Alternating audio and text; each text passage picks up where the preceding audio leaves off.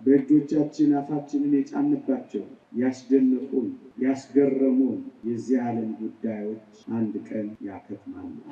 የኔና የእናንተ ትኩረታችን በዚህ ዓለም ላይ ይሆን? አንደኛ በለሲቱ አብባለች፣ እስራኤል ጠንክራለች። ሁለተኛ የተበተነው ኃይል መሰብሰብ ጨርሷል፣ ይሄው እየተጠናቀቀ ይገኛል። ሶስተኛው የነብዩ የኢሳይያስ የቅዱስ ጳውሎስ ትንቢት ደግሞ መፈጸሙ ቀርቧል። ምን የሚለው የምንኖርባት ከተማ ልትጠቀለል እንዳለች በእርግጥ ያሳያሉ። ወገኖች 5 ዓመት በኋላ ዓለማችን ውብ ከተሞች ይሆናሉ ተብላ መከራዋን እየበላች ነው። ወደዚህች ከተማ ጉዞ ጀምረናል። ሰይፋቸው ሰርጓጅ መርከብ ሰሩበት፣ ጦራቸውን ሴጣን የሚባል ቢነካ ድምጥማጥ የሚያጠፋ መሳሪያ አመረቱበት። ምናልባት ዛሬ ስቃችሁ ከሆነ ምናልባት ነገ ደግሞ የኛ የማልቀስ ተራ ይሆን። ምናልባት ዛሬ ፈንጥዘን ከሆነ ነገ የመኮራመት ወረፋኛ ጋር ይደርስ ይሆን። ይልቅስ የምንፈልጋት የሰላም ከተማ አለች ይላል ነቢዩ ኢሳይያስ። ሄላትዮ በስመ አብ ወወልድ ወመንፈስ ቅዱስ አሃዱ አምላክ አሜን። ክቡራን አበው ካህናት፣ ሊቃውንተ ቤተ ክርስቲያን፣ መምህራነ ወንጌል፣ ዘማሪያን፣ የተወደዳችሁ የልዑል እግዚአብሔር ቤተሰቦች፣ የእመቤታችን የቅድስት ድንግል ማርያም የአስራት ልጆች፣ የቅዱሳን ወዳጆች እንደምን ሰነበታችሁ? እንደምን አላችሁ? አሜን።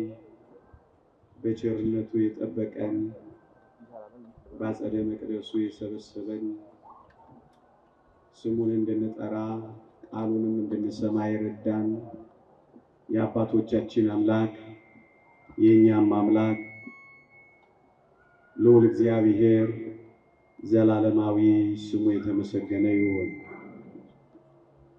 ለቀደምት አበው ለነቢያት፣ ለቅዱሳን ሐዋርያት፣ ለሐዋርያውያን አበው፣ ለሊቃውንት ምስጢር ለሁላችንም ይግለጽልን። ከዚህች ዕለት በረከት ረድኤት ለሁላችንም ያሳትፈን። ሰምተን ለመጠቀም እግዚአብሔር ይርዳን። አሜን። በዚህ የምትኖር ከተማ የለችንም፣ ትመጣ ዘንድ ያላትን እንፈልጋለን እንጂ።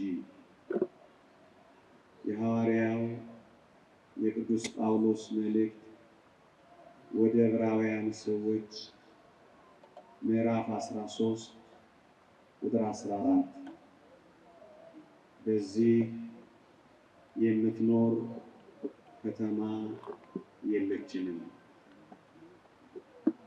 በዚህ ኃይለ ቃል አቆያችኋለሁ። በዚህ የምትኖር ከተማ የለችንም። ለክርስቲያኖች እንድንሰማው ከሚገባው ነገር አንዱ በዚህ ዓለም በዚህ ምድር የምንናፍቃት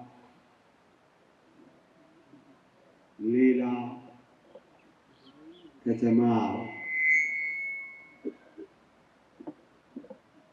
እንደሌለችን፣ ይልቁንም ግን በተስፋ የምንጠብቃት ልባችን የሚናፍቃት በዚያ ለዘላለም እንድንኖር የምንጠብቃት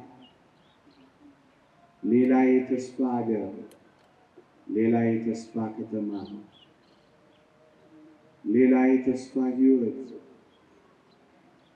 እንዳለን አድራሻዋንም ከተማዋንም ማወቅ ይገባል። በዚህች ምሽት ከብዙ በጥቂቱ ከረጅሙ ባጭሩ ጥቂት ደቂቃ ማቆያችሁ በዚህ የምትኖር ከተማ የለችንም፣ ትመጣ ዘንድ ግን ያላትን እንፈልጋለን። የምንፈልጋት ከተማ አለችን። በዚህ ሳምንት ሁላችሁም እንደምታውቁት ስለ ጌታችን መምጣት ተምራችኋል። ከዛው ጋር የተያያዘ ሐሳብ ነውና ነገሩን ለማጽናት እኔም ባነሳው ወደድኩ። ጌታችን በዚህ በማቴዎስ ወንጌል ምዕራፍ 24 ላይ የመጨረሻ ምልክት ለቅዱሳን ሐዋርያት ሲነግራቸው ድንጋይ በድንጋይ ላይ ሳይፈርስ ሳይወድቅ አይቀርም ነው ያላቸው። እውነት ነው። ያማረው መቅደሳቸው ፈርሷል። እውነት ነው። አይተውት የተደነቁበት መቅደሳቸው እንዳልነበር ሆኗል። ጌታችን የጀመረው በልባቸው ውስጥ ስለ መቅደሳቸው የነበረውን የገነን አመለካከት በማፍረስ ነው የጀመረው። ነገሩ ከዚህ ቢጀመር ተገቢ ነው ወገኖቼ። ይህንን ማሰላሰል ጠቃሚ ነው ወገኖቼ። የምንመካባቸው ነገሮች ይፈርሳሉ። የተመረኮዝናቸው ነገሮች ይሰበራሉ። በእጆቻችን አፋችንን የጫንባቸው ያስደነቁን ያስገረሙን የዚህ ዓለም ጉዳዮች አንድ ቀን ያከትማሉ። ወገኖቼ መፈራረሳቸው አይቀርም፣ ማብቃታቸው አይቀርም። ከእሱን የጀመረው ጌታችን ይልቅ ምን አለበት እግዚአብሔር እንዲያደንቁት ኖሮ? ይልቅ ምን አለበት እሱ ሊሰራ ያለውን ነገር ሊመሰጡበት ኖሮ? ልባቸው፣ ቀለባቸው፣ ሀሳባቸውም ያለው የሰሩት መቅደሳቸው ላይ ነው። ግን እኮ የሚፈርስ ነው ወገኖቼ። የኔና የእናንተ ልባችን፣ የኔና የእናንተ ሀሳባችን፣ የኔና የእናንተ መንፈሳችን፣ የኔና የእናንተ ናፍቆታችን፣ የኔና የእናንተ ትኩረታችን በዚህ ዓለም ላይ ይሆን? እመኑ፣ አንድ ቀን መፈራረሱ አይቀርም። አንድ ቀን መነቃቀሉ አይቀርም። አንድ ቀን መውደቁ አይቀርም። አንድ ቀን መጥፋቱ አይቀርም። ለዚህ ነው ጌታችን ከሚፈራረሰው ነገራቸው፣ ከተመኩበት ትምክህታቸው፣ ከተደነቁበት መደነቃቸው ዘወር ሊያደርጋቸው እንዴት ተናገራቸው። የተወደዳችሁ ኦርቶዶክሳውያን፣ በምድር የተደነቅንባቸው ደግሞም የተሸነፍንባቸው ደግሞም የተመካንባቸው ደግሞም እጅ የሰጠንባቸው የቱም ነገር አንድ ቀን ማብቃቱ አይቀርም። ይልቁንስ በምድር ከተከልነው ልባችን በዚህ የምትኖር ከተማ የለችንም ብለን ትመጣ ዘንድ ወዳላት ወደ እግዚአብሔር ከተማ አይኖቻችንን እንድናቀና ነው ይህ ትምህርት የሚያስፈልገን። ጌታችን ስለ በለስ ምሳሌ ያነሳና አስተማራቸው። ጫፏ ሲለሰልስ ቅጠሏን ሲያቆጠቁጥ በጋ እንደቀረበ ታውቃላችሁ አላቸው። ይህቺ ማን ነበረች? ሊቃውንተ ቤተክርስቲያን ተርጉመውላቸዋል። በዕለተ ሰንበት እስራኤል ነበረች። ጌታችን ምን እያላቸው መሰላችሁ? እስራኤል ባበበች ጊዜ፣ እስራኤል ኃይል ባገኘች ጊዜ፣ እስራኤል ተደማጭ በሆነች ጊዜ በለስ የተባለችው እስራኤል ኃያል በሆነች ጊዜ በለስ ጫፏ ሲለሰልስ ቅጠሏም ሲያቆጠቁጥ በጋ እንደቀረበ እንደምታውቁት ሁሉ እስራኤልም እንደዚህ ስትሆን በደጅ እንደቀረብኩ ወቁ እያላቸው ነው። አዎ ክርስቲያኖች፣ እስራኤል ወደ ኃያልነት መጥታለች። በለሲቱ አብባለች። በዙሪያዋ ያሉትን መጎሰም ይዛለች። ደክማ የነበረችው ጉልበተኛ ወደ መሆን መጥታለች። ተበትና የነበረችው ተሰብስባለች። ነቢዩ ዳንኤል በትንቢተ ዳንኤል ምዕራፍ 7 ላይ እንዲህ የሚል ትንቢት ተናግሯል። የተበተነው ኃይል መሰብሰብ በጨረሰ ጊዜ ፍጻሜ ይሆናል ይላል።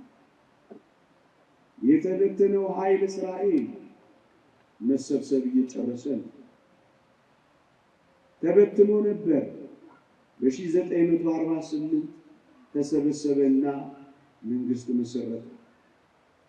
ይሄው እንደምታዩት ዓለምን ወደ መቆጣጠር ቀረበ። ኃያል ሆኑ፣ በረቱ። በቅርቡም ሰምቻለሁ 200 አይሁዳውያንን ከኢትዮጵያ እንኳን ሰብስበዋል ሲባል ሰምቻለሁ። አዎ ሁለተኛው የነቢዩ ትንቢት እየተፈጸመ ነው። የተበተነው ኃይል እስራኤል መሰብሰብ እያበቃል። ያን ጊዜ ፍጻሜ ይሆናል የተባለው ቃል መፈጸሙ አይቀርም። አንደኛ በለሲቱ አብባለች፣ እስራኤል ጠንክራለች። ሁለተኛ የተበተነው ኃይል መሰብሰብ ጨርሷል፣ ይሄው እየተጠናቀቀ ይገኛል። ሶስተኛው የነቢዩ የኢሳይያስ የቅዱስ ጳውሎስ ትንቢት ደግሞ መፈጸሙ ቀርቧል። ምን የሚለው? ሮሜ መልእክት ምዕራፍ 9 አንብቡ። ከእስራኤል ቅሬታዎች አንዳንዶቹ ይድናሉ የሚለው ቃል ወደ መፈጸም መጥቷል። እንዴት? ከአይሁዳውያን አንዳንዶቹ መሲህ ኢየሱስ ክርስቶስ ተገልጦ ነበረ፣ እኛም ሰቅለነዋል፣ እኛም ገለነዋል እያሉ በኢየሱስ ክርስቶስ ከአይሁድ ቅሬታዎች በጣም ጥቂቶች ማመን ጀምረዋል። መሲሁ መጥቷል እያሉ መዘመር ቀጥለዋል። የነቢዩ የኢሳይያስ የቅዱስ ጳውሎስ የትንቢት መልእክታት ወደ መፈጸም ቀርበዋል። እንግዲህ ቀኑ እንደቀረበ ያሳያል። የምንኖርባት ከተማ ልትጠቀለል እንዳለች በእርግጥ ያሳያሉ። ወገኖች ትምህርቴ ማስፈራራት አይደለም። ይልቁንም ይህችኛዋ ድንጋይ በድንጋይ ላይ የሚፈርስባት፣ አለቶች የሚሰነጠቁባት፣ በታላቅ ግርማው በሚያንቀጠቅጥ ሞገስ በነፋስ ኃይል የሚበትናት፣ በዚህ የምትኖር ለዘላለም የምትጸና ከተማ የለችንማ። እኛ ክርስቲያኖች የምንጣበቅባት፣ አንነቅሽም የማንላት፣ ልባችንን የምንተክልባት፣ ፍጹም ተስፋችን የምናረጋት፣ አንቺ ከሌለሽ አልኖርም የምንልባት እዚህ የምትኖር ከተማ የለችንም። እቺ ከተማ ወይም እቺን ዓለም ማለት ነው በጨለማው ዓለም ገዢ በዲያብሎስ እየተያዘች እንደሆነ ያስታውቃል። ሐዋርያው ቅዱስ ጳውሎስ የጨለማው ዓለም ገዢ ብሎታል። ዲያብሎስ በክፋት እየባሰች፣ በነገር እየጠቆረች፣ በመከራ እየወየበች፣ በወንጀል እየጠለሸች ደግሞም እየከሰመች ናት ያለችው። ያቺ መኃልየ ሰሎሞን ላይ እንዳለችው እንደዚያች ሙሽሪት ትመስላለች። ፀሐይ መልኬን አጥቁሮታል አክስሎታልና አትዩኝ እንደምትለው እንደዛች ሙሽሪት ትመስላለች። ጠቁራለች፣ ጨልማለች፣ ብዙ ብርሃን የላትም፣ በጨለማ ትመላለሳለች። የጽድቅ ሥራ ርቋታል። ከንቱነት በዝቶባታል። ጨለማ የወረሳት መስሏል። እዚህም እዚያም ጨለማ፣ እዚህም እዚያም ደስ የማያሰኙ ወሬዎች፣ የጨለማው ዓለም ገዢ ስራዎች በዓለማችን ላይ ነግሷል። በዚህ ምክንያት ይህች ዓለም በጨለማው ገዢ ቁጥጥር ውስጥ የምትገባ ትመስላለች። ታዲያ በዚህ በጨለማ ውስጥ የምትኖር ከተማ አለች? ክርስቲያኖች የለችም። ታዲያ የኔና የእናንተ ከተማ ማን ናት? የምትመጣው ናት። እሷ ምን አይነት ናት? ጨለማ የሌለባት ከተማ። እሷ ምን አይነት ናት? የብርሃን ጎርፍ፣ የብርሃን ሿሿቴ የሚጎርፍባት ከተማ፣ ብርሃን የሆነች ከተማ፣ የማያጥመረብር ብርሃን፣ የማያቃጥል ብርሃን፣ የማይበዘብዝ ብርሃን፣ የማያስጨንቅ ብርሃን፣ የብርሃን ከተማችን እሷን ነው የምንፈልገው። በዚህ ዓለም የምትኖር የጨለማ ከተማ የለችንም።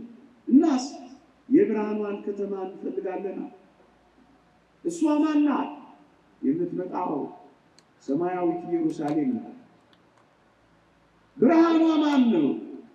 ቅዱስ ዮሐንስ በራእዩ አንድ አስደናቂ ነገር ይነግረናል። ምን ይላል? በጉ መብራቷ ስለሆነ ፀሐይና ጨረቃ ሊያበሩላት አያስፈልጋትም የሚላት ከተማ ናት።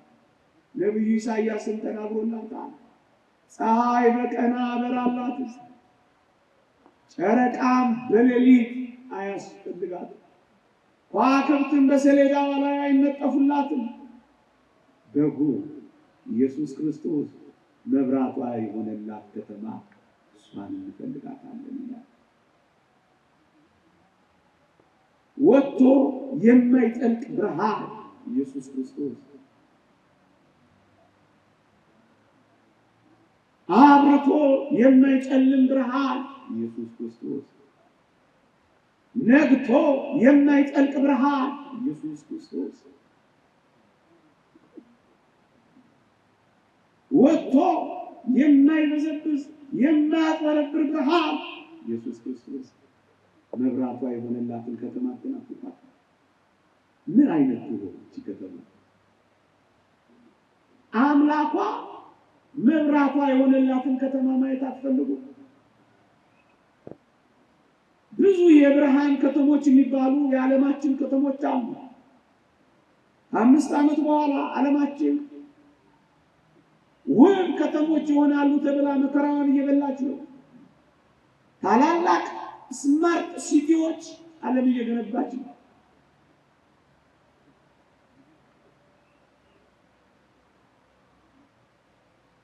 በጣም ብዙ በብርሃን የተጠለቁ ከተሞችን በዓለማችን ላይ እያየን እሰየው ይሁን። እኛ ግን አሁን ያልኳችሁ ፀሐይና ጨረቃ የማያበሩላትን ከተማ እንፈልጋለን። ብርሃን የሞላላትን ከተማ እንፈልጋለን። ለብርሃኗ የውሃ ኃይል የማያስፈልጋት፣ ለብርሃኗ የንፋስ ኃይል የማያስፈልጋት፣ ለብርሃኗ የኤሌክትሪክ ኃይል የማያስፈልጋት፣ ለብርሃኗ የዚህ ምድር ሀብት የማያስፈልጋት፣ ያን ብርሃናችንን አምላካችንን የምናይበት ልዩ የብርሃን ከተማ እንዳለችን ታውቃላችሁ። በዚህ የምትኖር ከተማ የለችንም። ትመጣ ዘንድ ያላትን የብርሃን ከተማ ግን እንፈልጋለን ክርስቲያኖች። አሁንም በዚች በጨለማው ዓለም ተጣብቀን ይሆን? ጊዜያዊ አታላይ የሆነው ብርሃኗ አሳስቶን ይሆን? አይደለም። ሌላ የብርሃን ከተማ አለችን። እሷን ከተማ እንፈልጋታለን።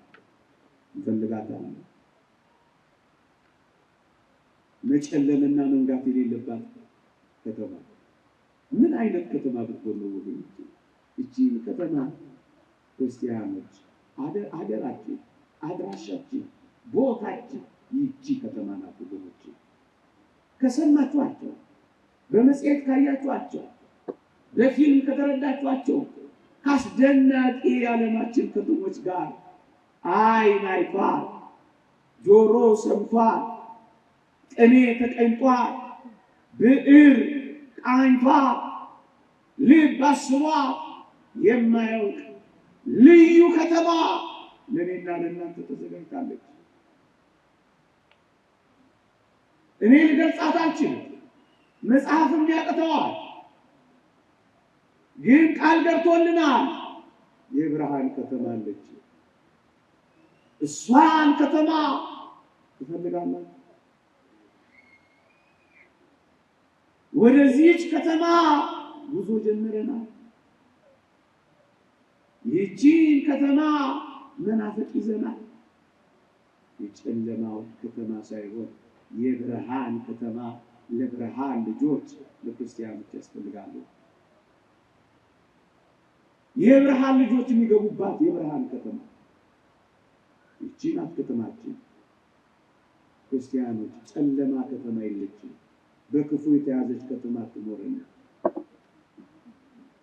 አንድ ቀን ትተናት ልሄዳችን አይቀሬ ነውና ይልቅ ልባችን፣ ይልቅ ሕሊናችን፣ ይልቅ ተስፋችን፣ ይልቅ ትልማችን፣ ይልቅ ራዕያችን ወደዚህ የብርሃን ከተማ የምንጓዝ ሊሆን ይገባል። የተወደዳችሁ ኦርቶዶክሳውያን ድንጋይ እየተካበችው ብሎኬት የከበባት ምናልባት ቢበዛ እብነ በረድ የተደረበባት ይህቺ ከተማ አለውላችሁ ትሆን? ይህቺ በድንጋይ ላይ የተካበች ይህቺ ከተማ አስደንቃችሁ ይህቺ የሰማይ መንገድ ጉዞ ትመጣ ዘንድ ያላትን ረስታችኋት ከሆነ ማስታወስ እኮ ፈልጌ ነው ወገኖቼ። ድንጋይ የተካበባት ከተማ አይደለም አሁንም ነግራችሁ። ብሎኬት የታጠረባት ከተማ አይደለም አሁንም ማወራላችሁ። እብነ በረድ የተደረደረባት ከተማ አይደለም ማወራላችሁ። ጥርብ ድንጋይ የተካበባት ከተማ አይደለም ምናውጅላችሁ። እና ምንድነው ካላችሁ ከተማይቷ ወርቅ ነበረች ይላል። ለንጽጽር ያክል እንጂ ከዛ በላይ ነው። ብሎኬትና የድንጋይ ካብ እንዳይመስላችሁ። ቅዱስ ዮሐንስ በራእዩ እንደነገረን ኢያስጲድ በሚባል ልዩ ማዕድን ቅጥሯ የሆነላ ከተማ አለቻችሁ ይላል። ምን አይነት ከተማ ትሆኑ ወገኖቼ? እንደውም አንድ አባት ሲናገር አንድ ሰው አይታ 70 እና 80 ዘመን ፈዞ ይቆማል ይላል። ፈዘን የምንቆምባት እያደነቅን ሕይወት የምንረሳባት እግዚአብሔር ለሞተላቸው ልጆቹ ያዘጋጃል። ምን አይነት ከተማ ትሆኑ ወገኖቼ? እንዴ ደረጃዎቿ እንቁ የሆኑላት ምን አይነት ከተማ ትሆን? ከተማይቱ ወርቅ የሆነች ምን አይነት ከተማ ይሆን? ቅጥሯ ኢያስጲድ የሆነላት ምን አይነት ከተማ ይሆን? ውሸት መስሏችሁ ነው? የተገለጸው በጣም ትንሽ ነው። በቃላት ተገለጸ እንጂ ከዚህ በላይ ነው ጉዳዩ። የተመሰለለት ከዋናው በታች ነው ወገኖቼ። ዋናው እጅግ በጣም ልዩ ነው። ወደዚህች ከተማ መሄድ ትናፍቃላችሁ? ቢያንስ አድራሻዋን ተነጋግረን ሁላችንም እንድንናፍቃ ደግሞ እንድንጓጓላት ትመጣ ዘንድ ያለችውን በተስፋ እጆቻችንን ዘርግተን እንድንጠብቃት እኮ ነው ይህቺ ወርቅ የሆነች ከተማ የምታስፈልገን። የትኛውን የመሰጣችሁ? የትኛው ጂፕላስ ምንትስ ነው ከቤታችሁ ወጣችሁ ወደዚህ የወርቅ ከተማ መግቢያ ደጅ ወደዚህ ቤተክርስቲያን እንዳትገቡ ያደረጋችሁ? የትኛው ቤታችሁ አሰራችሁ? የትኛው ካባችሁ ያዛችሁ? የትኛው ክምራችሁ አስቀራችሁ? ሌላ ሀገር። ለዚህ እኮ ነው መጽሐፍ ሀገራችን በሰማይ ነው ያለው ወገኖቼ። ሀገራችንማ በሰማይ በሰማይ ሀገር አለን። የውሃ ግድግዳ የደም መሰረት ያለው የሰማይ ቤት ተዘጋጅቶልናል። ሌላ ከተማ አለች። እሷን አድራሻዋለሁ ቀስ እያልኩ እየነገርኳችሁ ያለው ወገኖቼ፣ በዚህች አሁን በምንኖርባት ከተማ የተወደዳችሁ ኦርቶዶክሳውያን ምን እንዳለ ታውቃላችሁ? አዎ፣ በዚህች በሚኖሩት ላይ ቅዱስ መጽሐፍ እንደሚናገረው ይልቁንም ለመጨረሻው ዘመን መፍራትና መንቀጥቀጥ ዝንጎችን ያዛቸው እንዳለ የተዘናጋነውን መፍራትና መንቀጥቀጥ ሳይዘን አይቀርም ወገኖቼ። ድንጋጤ አለ፣ ሁከት አለ፣ ፍርሃት አለ፣ መንቀጥቀጥ አለ፣ ስጋት አለ። ምን እንወሻሻለን? ስለ ነገ ስጋት አለ፣ ስለ ነገ ፍርሃት አለ፣ ስለ ነገ መጨነቅ አለ፣ ስለ ነገ መቀጥቀጥ አለ፣ ስለ ነገ መታወክ አለ። ፍርሃት በኑሯችን መካከል ፍርሃት፣ በመውጣት መግባታችን መካከል ፍርሃት፣ በዚህም በዚያም ፍርሃት፣ ወገኖቻችንን ባለማመን ፍርሃት፣ በፍርሃት ተውጠናል። ዓለም አስፈሪ ሆናለች። ምክንያቱም በፍርሃት ተውጠናለች። ምናልባት እግዚአብሔር በእኛ በዚህ በመካከላችን አላረገውም እንጂ ይኸው በወንድሞቻችን በወገኖቻችን ያለው ፍርሃት ምንኛ ከባድ፣ የቆምንበትን መተማመን ያልቻልንበት ፍርሃት ነው ውስጣችን ያለው። ነገን ከተስፋ ይልቅ ስጋት ሆኖ ፍርሃት ያዘው ቆይ ዓለማችን ሁሉ በዚህ ፍርሃት ትይዛለች። የቴሌቪዥናችንን መስኮት ጨክነን አይኖቻችንን ተክለን ማየት ካቆመ ስንት ጊዜ አለ። የእናንተን አላውቅም፣ እኔ ከተቆራረጥኩ ቆይቻለሁ። የህፃናትን ደምና እንባ ማየት እንዴት ይቻላል? ታላላቅ ያለ ሚዲያዎች በሙሉ የዜና ሽፋናቸው ፍርሃት ነው። ለወትሮ የተባበሩት መንግስታት በር ላይ የጻፉ ሰይፋቸውን ማጭድ ጦራቸውን ማረሻ ያደርጋሉ ብለው ነበር፣ ግን አላደረጉትም።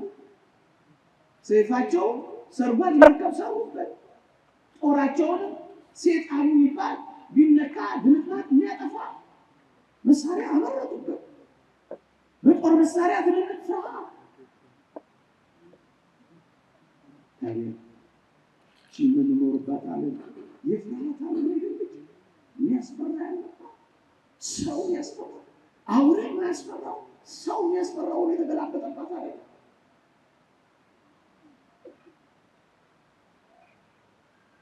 በዚህ ምክንያት ከተማ የለችም። በዚያችኛው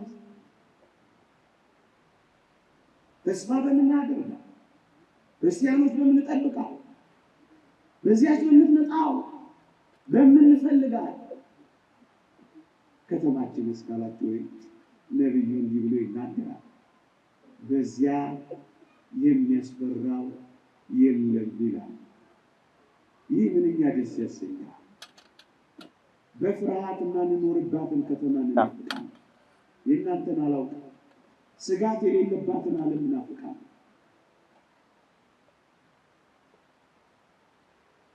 የሚያስፈራው የሌለባትን ዓለም እንፈልጋለን ማለት ነው። እንዴ ነብዩ ኢሳይያስን ተናግሮላታል። ምን አይነት ፍርሃት! የሚናጠቅ አውሬ የሌለባት ከተማ፣ የእባብ ፉጨት የማይሰማባት ከተማ፣ የአራዊት ጥርስ ማፋጨት የሌለባት ከተማ፣ የእባብ መናደፍ የሌለባት ከተማ፣ የአውሬ ግሳት የእባብ ፉጨት የለም ይላል ነብዩ ኢሳይያስ። ይህችን ከተማ ትፈልጓል፣ ማረፍ አትፈልጉ። በዚህች ከተማ እንፈልጋለን። ምን የሌለባት? ፍርሃት የሌለባት፣ ያለ ፍርሃት ያለ ስጋት የምንኖርባት ይህችን የምትመጣውን ከተማ እንፈልጋታለን። ፍርሃት የሌለባትን ከተማ፣ ጭንቀት የሌለባትን ከተማ፣ ስጋት የሌለባትን ከተማ፣ ሕሊናን የሚወጥር ልብን የሚያደክም ፍርሃት የሌለባትን ከተማ። ስለ ልጆቻችን ፈርተና ምን ስልባቸው ፍርሃት የሌለባትን ከተማ እንፈልጋለን። ፍርሃት የሌለባትን ከተማ እንፈልጋለን። በዚያ የሚያስፈራው የለም። እንዲህ ይላል፣ አንበሳም አይኖርበትም፣ ነጣቂ አውሬም አይወጣባትም፣ ከዚያ አይገኙም ይላል። ክፉዎች አይገኙባትም፣ አጋቾች አይገኙም፣ አስጨናቂዎች አይገኙም። ይህችን ከተማ አትናፍቋት።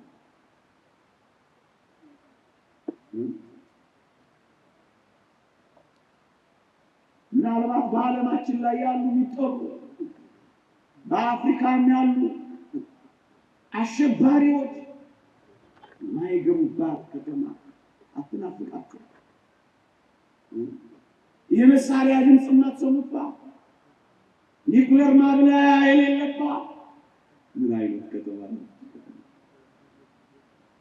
ሰላም ብቻ የሚጎርፍባት ከተማ፣ ምን የሌለባት፣ ሴራ የሌለባት ከተማ፣ የሰላም ከተማ እናፍቃቸው። ሰላም አራባችሁ። ይህቺ ከተማ ከሰላሟ ጋር፣ ይህቺ ከተማ የሚያስፈራው ከሌለበት ደስ የሚያሰኙት ጋር፣ ይህቺ ከተማ ከወርቅ ከዕንቁ ከያስጲድ ቅጥሮቿ ጋር፣ ይህቺ ከተማ ከብርሃን ጎርፏ ጋር ለእኔና ለእናንተ ተዘጋጅታለች። የሰላም ከተማ ናት። የክፋት ከተማ፣ የጸብ ከተማችሁን አንፈልግም በሏቸው። የሚያስፈራ ከተማችሁን አንፈልግም በሏቸው። እንኖርባታለን ግን አንጣበቅባትም። እንመላለስባታለን ግንስ ቀልባችንን አንሰጣት። እናልፍባታለን እናገርባታለን እንጂ አንኖርባትም፣ አንፈልጋትም። ለጥቂት ጊዜ እንደምንቆይ እናውቃለን። ለዘላለም መስሎን አንታለልባትም፣ አንፈልጋትም። ይልቅስ የምንፈልጋት የሰላም ከተማ አለች። እንዲህ ይላል ነቢዩ ኢሳይያስ፣ እንግዲህ ኢሳይያስ ምዕራፍ 33 ቁጥር 20 ላይ የበዓላችንን ከተማ ጽዮንን ተመልከት፣ ዓይኖቼ የሰላም ማደሪያ ካስማውም ለዘላለም የማይነቀል አውታሩ ሁሉ የማይበጠስ የማይወገድ ድንኳን የሆነው ኢየሩሳሌም ያያሉ ይላል። የማትነቀለውን ከተማችንን እንፈልጋለን። የማትናወጠውን ከተማችንን እንፈልጋለን። ሁከት የሌለባትን ከተማችንን እንፈልጋለን። የጸጥታ አስከባሪ የሌለባትን ከተማችንን እንፈልጋለን። ሚሊሻ የማይሰማራበትን ከተማ እንፈልጋለን። ተዋጊ የሌለባትን ከተማ እንጠብቃለን። ሶናት ከተማ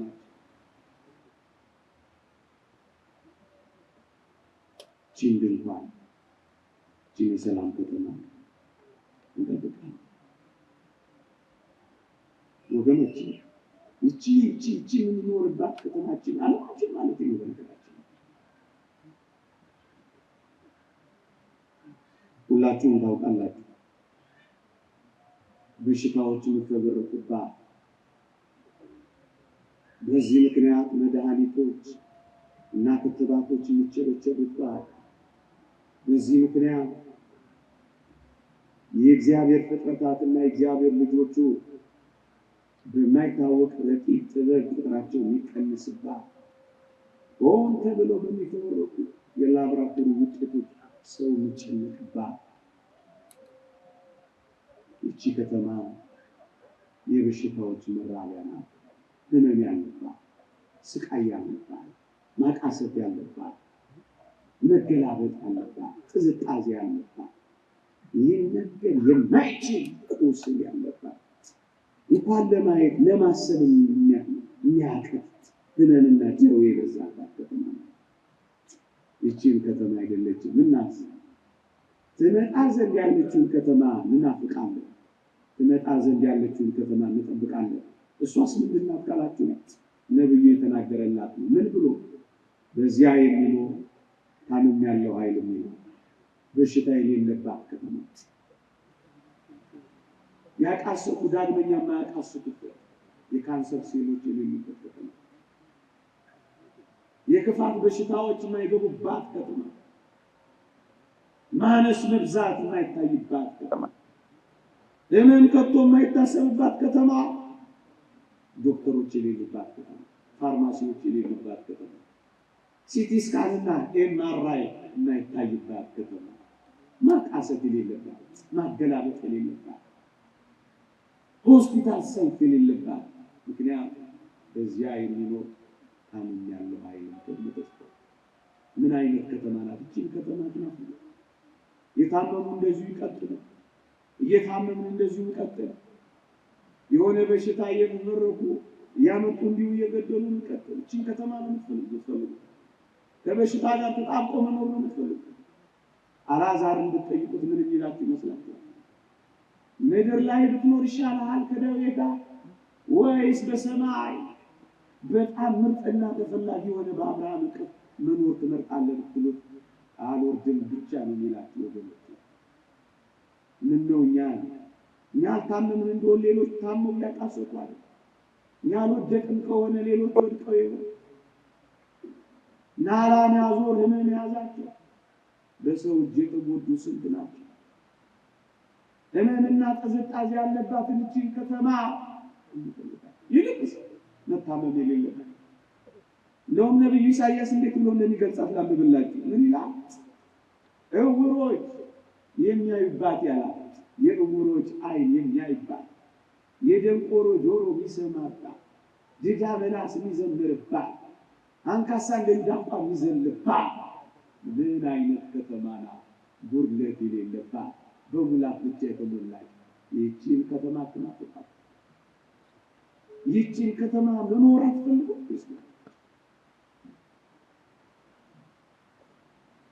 ወደዚች ከተማ ወደ ብርሃን ከተማ እንቁና ወርቅ ወደሆነች ከተማ የሰላም ማደሪያ ህመም የሌለባት ከተማ የሚያስፈራ የሌለባት ከተማ አትቸኩሉ፣ አትዘጋጁ። ልትመጣ እኮ ብዙ የቀራት እንዳይመስላችሁ። ሊመጣ ያለውም ይመጣል አይዘገይም ተብሎ ተጽፏል። ቅድም ካልኳችሁ ምልክቶች ሌላ በግልጽ በቅዱሳት መጻሕፍት የተጻፉ ቀስ እያሉ መፈጸም ጀምረዋል። ብዙ የሚቀር አይመስልም ወገኖቼ። አሁን ልባችንን፣ ሀሳባችንን፣ መንፈሳችንን ሰብስበን እንዲህ ወዳለችው ከተማ ጉዞ መጀመር የለብንም። ከተማይቷን እኮ ነው ማስተዋወቃችሁ። ምናልባት ክናፍቅና ስለ አሜሪካ በጣም እየተወራ በጣም ነው ልለናል። ሁልጊዜ እንደምንናገረው አንዳንዶቻችን ኢትዮጵያ ውስጥ ሰው ሆኖ ከመኖር ይልቅ ዋይት ሃውስ ውስጥ ሳር ሆኖ መብቀል ተሽሎናል። ምክንያቱም ወሬው በዝቷል። መረጃችን ስለ አሜሪካንና ስለ ዱባይ እንጂ ስለ ኢየሩሳሌም ሆነ አጥቶታል። ልባችን የማይናፍቃት፣ ህሊናችን የማይመኛት፣ አይናችን ለያት የማይጓጓው የመረጃ ጥረት ከሆነ እስኪ እናስተዋውቃችሁ እኮ ብለን ነው። በዚህ የምትኖር ከተማ ማይነች ትመጣ ዘንድ ያላትን እንፈልጋለን። እሷን እንጠብቃለን። አሁን የምትኖሩት እኮ ለእሷ ብርድ የምትመቱት እኮ ለእሷ ከሁሉ በላይ መንግስተ ሰማያት ከተባለ ከተወደደ ጌታችን ጋር አብረን የምንኖርባት ከተማ፣ ተድላ ደስታችን ከሆነው ፊቱን ከማየት ጋር የምንኖርባት ከተማ ምን ብሎ ቃላት ይገልጸዋል ወገኖቼ? ለዚህ እኮ ነው ያ ቅዱስ ሰው አንተን ማየት ተለል ያደርገኛል፣ ፍቅርህን ማሰብ ይነደኛል፣ አንተን መዘከር ያቃጥለኛል። እንደውም ይህንን ባሰብኩ ጊዜ ብሬን ስበራት ይለኛል ይላል ማሪሳ። ምን ቃላት ይገልጸዋል? ወደዚች ከተማ ጉዞ ጀምረናል። እውነት ትፈልጓታላችሁ ነው? ከዚች ዓለም ጋር ተጣብቀናል። ሌላ ከተማ አለች። እቺ የምንኖርባት ከተማና ዓለም አሁን የሐዘን ከተማ ናት። ሙሉ ለሙሉ ከሰማናትና ካየናት ልብ የምታደማናት። እንደ ሰው የሰው ነገር የሚገባ ስለ ሰው ግድ የሚሰጠን ከሆነ ምን ነው በሄድኩ የምታስቡ?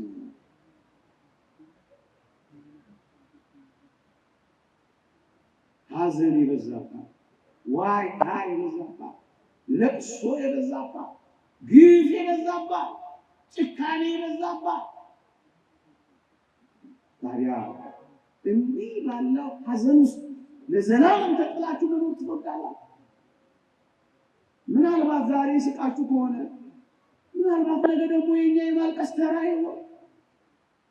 ምናልባት ዛሬ ፈንጥዘን ከሆነ ነገ የመቆራመጥ ወረፋኛ ጋር ይደርስ ይሆን። አንተ እንደነሱ እነሱ እንዳንተ አንድ ቀን ቦታ መቀያየር ወረፋው ይደርስ ይሆን። ሐዘናቸው ሐዘናችን፣ ለቅሷቸው ለቅሷችን፣ ስሜታቸው ስሜታችን፣ ህመማቸው ህመማችን፣ ቁስላቸው ቁስላችን፣ መድማታቸው መድማት ነው። እንደ ክርስቲያን ወግ ነው የምንኖረው። ራሳችንን ከታመሙት ጋር እንቆጥራለን። ይህ እኮ የወንጌል የጽድቅ አንዱ መንገድ እኮ ነው። ሐዘን ሐዘን ሐዘን ይቻላል ጆሮን ጭው የሚያደርግ አንዱን ስንሻገረው ወዲያው አንዱን አለፍነው ስንል ሌላ ጎርፍ፣ አንዱን ተቀለልነው ስንል ሌላው ዶፍ። ሐዘን ታዲያ በዚህች የሐዘን ከተማ በዚህች የሐዘን ዓለም በቃ አይደለም እንደ እግዚአብሔር ቃል በዚህ የምትኖር በሐዘን የምትኖር ከተማ የለችም። እና ምን እንፈልጋለን? ሐዘን የሌለባትን ከተማ እንፈልጋለን። የእግዚአብሔር ቃል እንዲህ ይላል፣ ክርስቲያን ከእንግዲህ ሐዘን የለም፣ ዋይታም የለም፣ ጩኸትም የለም፣ ስቃይም የለም። በግልጽ የተጻፈውን ቃል ነግራችሁ ይቆማል። ይህ ዘመን አይናፍቃችሁ? ሐዘን እንዲያቆም ስንቶች ተሰቃዩ፣ ስንቶች አለቀሱ፣ ስንቶች እርግብናው፣ ስንቶች በሐዘን ተቆራመዱ፣ ስንቶች በሐዘን ቆሰሉ። ሐዘን የሌለባትን ከተማ ናፍቁ። ስቃይ የሚያቆምባትን ከተማ፣ ዋይታ የሚያቆምባትን ከተማ፣ ጩኸት የሚያቆምባትን ከተማ ናፍቁ።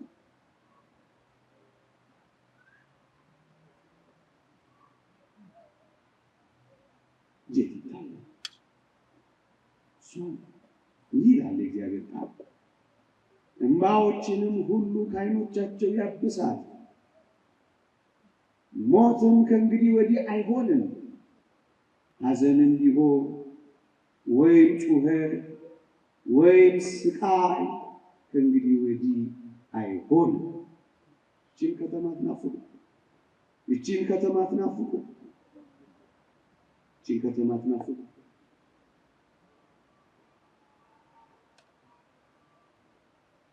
ማንም እንደማያዝን፣ ማንም እንደማይጮህ፣ ማንም እንደማይሰቃይ በዚህች ከተማ በዚህች ዓለም ላይ ዋስትና የለው። ባለጸጎች ደህይተው አይተናል፣ ዋስትና የለንም። ባለ መሳሪያዎች፣ ባለ ጉልበቶች፣ አዋቂዎች ማንም ዋስትና እንደሌለው አይተናል። ዋስትና ያለን በሰማይ ብቻ። በዚህች የምትኖር ከተማ የለችም፣ የሐዘን ከተማ የለችም። ትመጣ ዘንድ ያላትን እንጠብቃለን፣ ትመጣ ዘንድ ያላትን እንፈልጋለን። ይልቅ የሰርግ ከተማ የሆነችው፣ ይልቅ የዝማሬ ከተማ የሆነችው፣ ይልቅ የደስታ ከተማ የሆነችው፣ ይልቅ የሳር ከተማ የሆነችው፣ ይልቅ የፈንጠዝያ ከተማ የሆነችው፣ ይልቅ ሁከት የሌለባት የጸጥታ ከተማ የሆነችው እሷን እናፍቃለን። የተወደዳችሁ ኦርቶዶክሳውያን፣ ይቺ ከተማ የሰርጋችን ከተማ ነው። ደግማታለሁ። ለበጉ ሰርግ የታጩ፣ ንጽህናቸውን የጠበቁ፣ ሃይማኖታቸውን ያጸኑ፣ በከበረው ሥጋና ደም የተሞሸሩ፣ እንደ አንዲት ንጽሕት ድንግል ለክርስቶስ ሊቀርቡ የተዘጋጁ፣ እንደ አምስቱ ቆነጃጅት በተስፋ ከጌታቸው ጋር በዚህች ከተማ ሊኖሩ የሚጠባበቁ ሁሉ ሰርጋቸውን የሚያደርጉባት ድል ያለ የበጉ ሰርግ የሚደረግባት ከተማ ሆና ይህችን ከተማ ማየት ትፈልጋላችሁ? ቅዱስ ዮሐንስ በራእዩ ይህንን የገለጸልን የበጉ ሰርግ ራት ተዘጋጅቷል፣ ቤተ ክርስቲያንን ጥራ ሲል ድምፁ ይሰማል። ለእኔና ለእናንተ የተዘጋጀ ሰርግ አለ።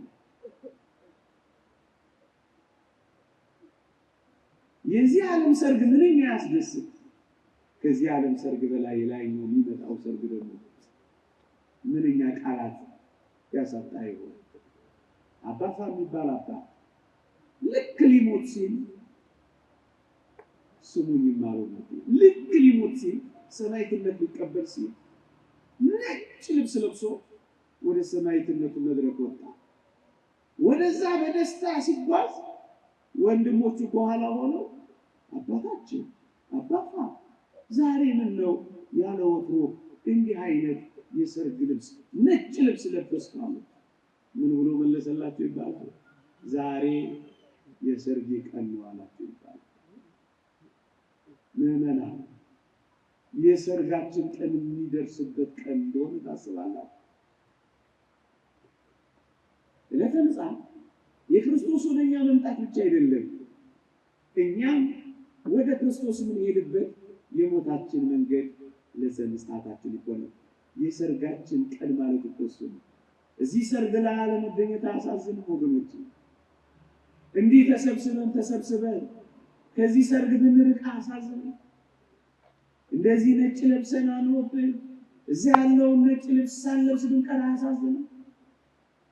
እንደዚህ ጮሄ አያሳዝንም? እንደዚህ ብርድ መጥቷችሁ አፋችሁን ቆጨጭላ እስኪመስል እንደዚህ ተርባችሁ መሯችሁ ምሬት ተሰምቷችሁ ጾማችሁ ጠባ ለኪዳን መሸ ለቁርባን ገስግሳችሁ ዶፍ ጎርፍ እየወረደባችሁ ከዚህ ሰርግ መቅረት አያሳዝንም? ጎበዝ የሰርግ ዕለት ይላል። ይሄ ነው ሌላ እንዳይመስል። አዎ የሰርግ ከተማ አለች የምንፈልጋት። እዚህ ያለ መድረስ ነው መዘጋጀት። እዚህ ካለው መጣበቃችን ቀስ ብለን ተጠቅመን ማለት ያለብን ነው። እስኪ በዚህ የሰርግ ቀን በትንሣኤ ተነስታችሁ አብራችሁ መኖር የምትፈልጉ እስኪ እጃችሁን አውጡ። ይሄ መብራት እያበራብኝ ነው፣ እናንተን ለማየት አልችልም። እየሄዳችሁ እንጂ እሺ አውሩ። ተነስታችሁ ከክርስቶስ ጋር በዚያ ሰርግ መገኘት ትፈልጋላችሁ አይደል? ድምፅ የለም ነው አይደል? እንደምትሉ አስባለሁ። እሺ መሞት የምትፈልጉ ደግሞ እስኪ ነው እንዴ? በምን በኩል ልትነሱ ነው?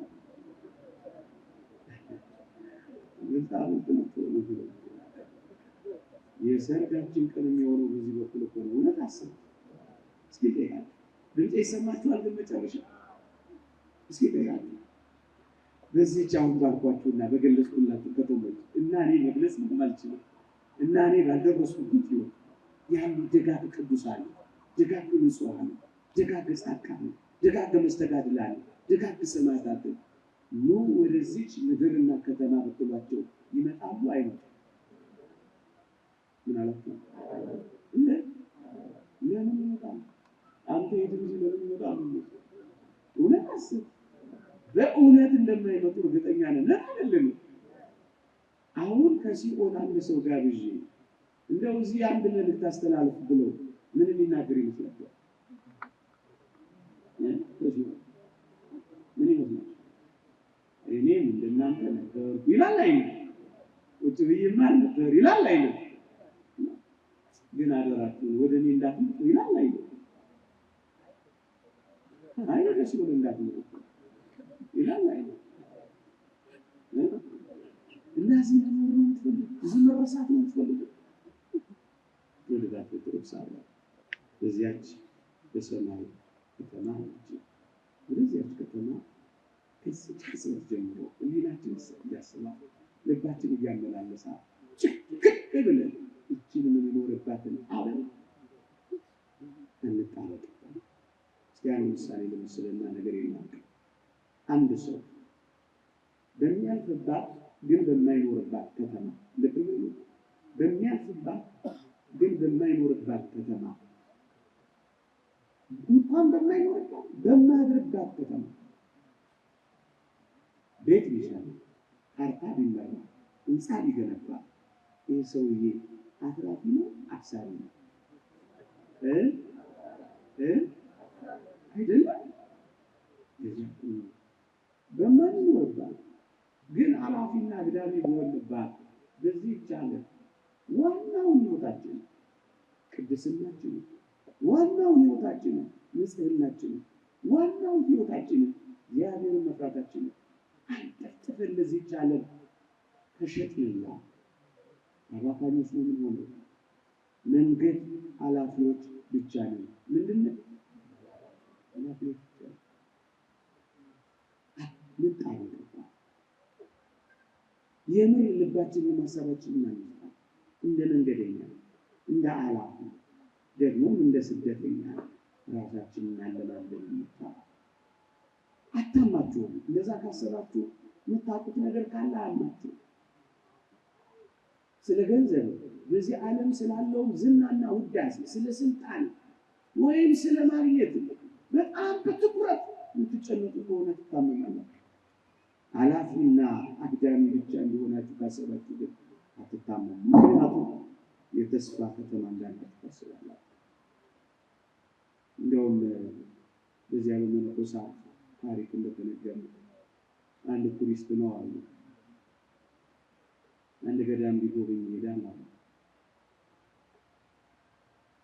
ገዳሙን በዓታቸውን እየጎበኘ አንድ መነኮስ በዓት ውስጥ ይገባል። ሲያይ አንድ ሰሌን ትንሽ ማሸለቢያ፣ አንድ ሳህን ጥቂት መቅኑን ንፍሮ መቀበያ፣ አንድ ኩባያ ትንሽ ውሃ መጠጫ ብቻ ያያል።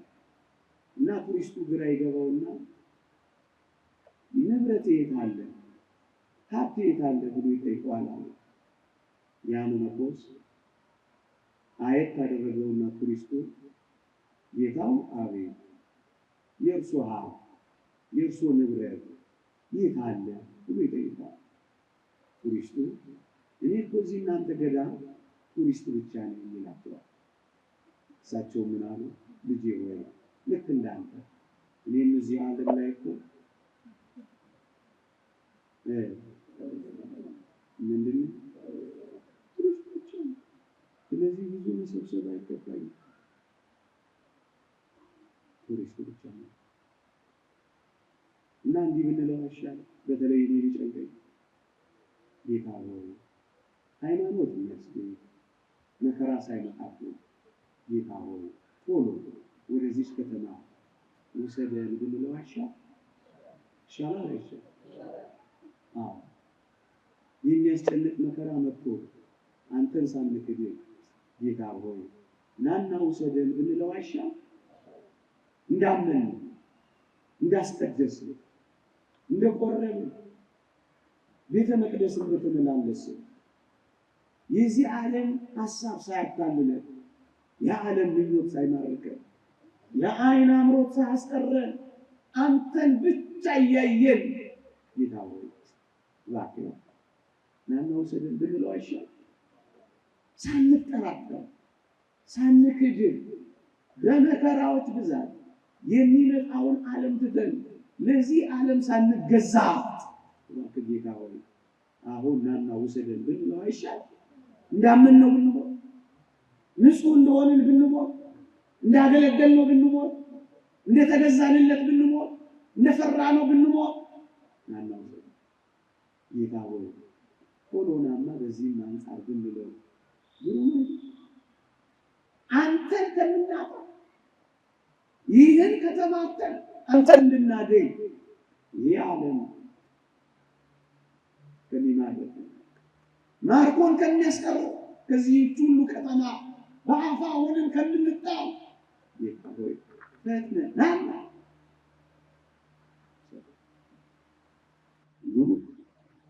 ወደዚያ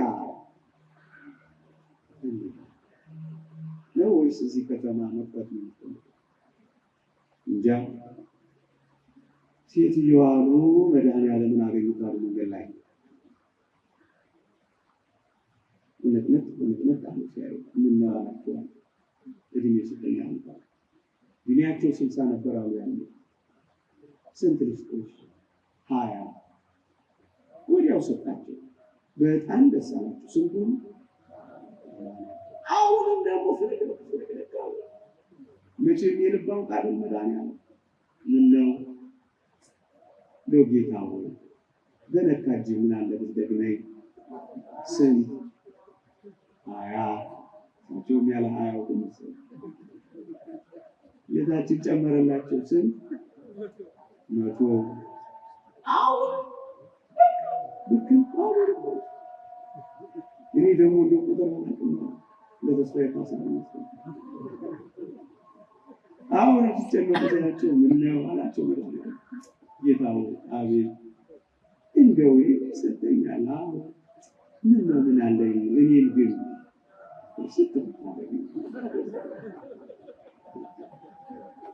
ብትረሱ ትፈልጋላችሁ ወይስ ብትሄዱ?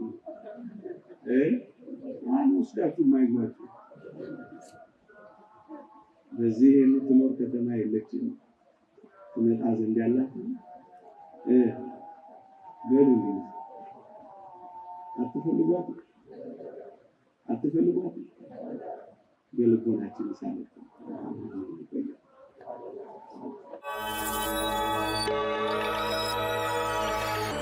ሄላትዮ